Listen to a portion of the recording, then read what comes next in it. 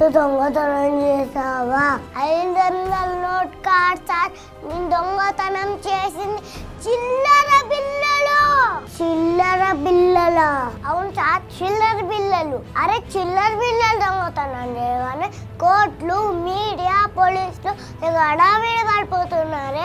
1వ తారీఖున జీతం అందక, డబ్బులు దొరక్క జనాలు బ్యాంకుల వద్ద ఎన్ని ఎన్ని ఎన్ని కష్టాలు పడుతున్నారు సార్. నల్ల డబ్బున్నాడు మాత్రం బ్యాంక్ మొహమే చూడట్లేదు. అసలేం జరుగుతుంది సార్ ఈ దేశంలో?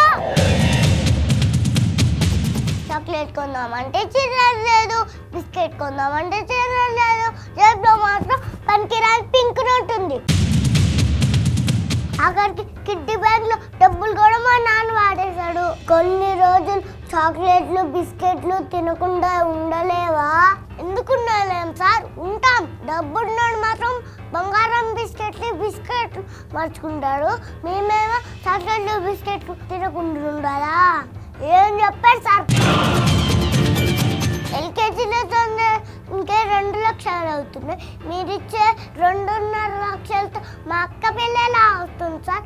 స్కూల్లో చేసేసుకోమా? సినిమాకి వెళ్దామంటే డబ్బులు లేవు.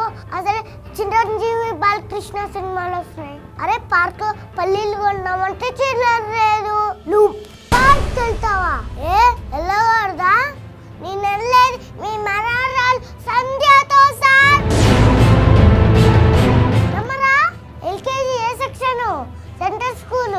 దేశం కోసం ఆ మాత్రం త్యాగం చేయలేవా? ఎందుకు చేయలేను సార్? చేస్తాం.